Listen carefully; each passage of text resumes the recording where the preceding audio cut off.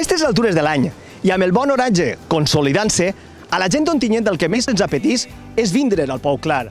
Però aquesta nova situació també ens afecta al nostre paratge més emblemàtic. Què passarà enguany? Què podrem o què no podrem fer en el Pou Clar? Com serà la temporada de bany? Camins, que em porten cap endins.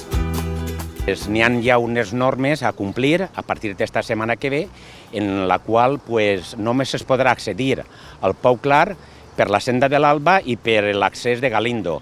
Estaran totalment prohibits els aparcaments i no es podrà tampoc baixar per la carretera. Podran practicar senderisme, però el bany de moment no.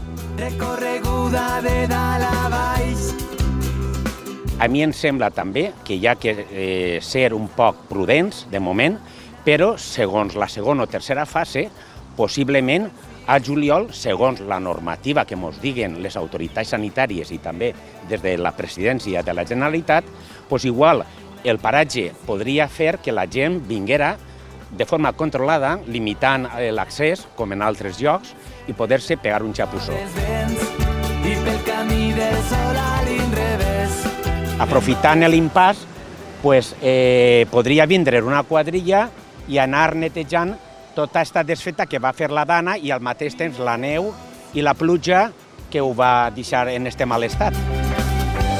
Aquesta vall m'encercla com un cau protector al conill. Justament aquesta situació tan extraordinària ens arriba en un any en què, com es pot veure, el Pou Clar està com mai, pura naturalesa verge d'Ontinyent. Baix el des de la nit, des d'estar quan estic. Benvingut al meu circ.